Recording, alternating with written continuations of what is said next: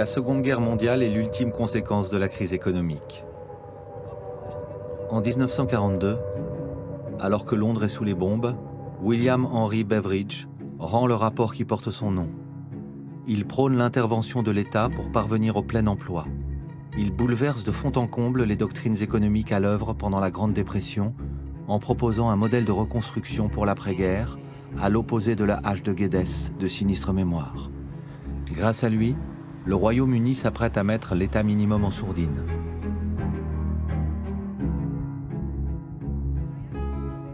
Le peuple qui a résisté à la barbarie va bénéficier d'un élan de générosité inimaginable jusqu'alors.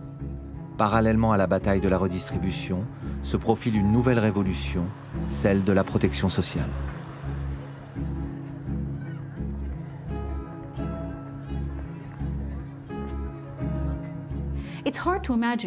On a du mal à se figurer les implications à la lecture du rapport.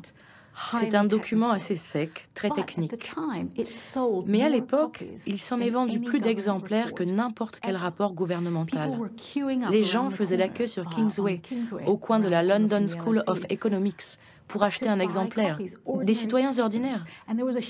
Et il circulait aussi des quantités de tracts pour expliquer aux gens ce que signifiait le rapport Beveridge.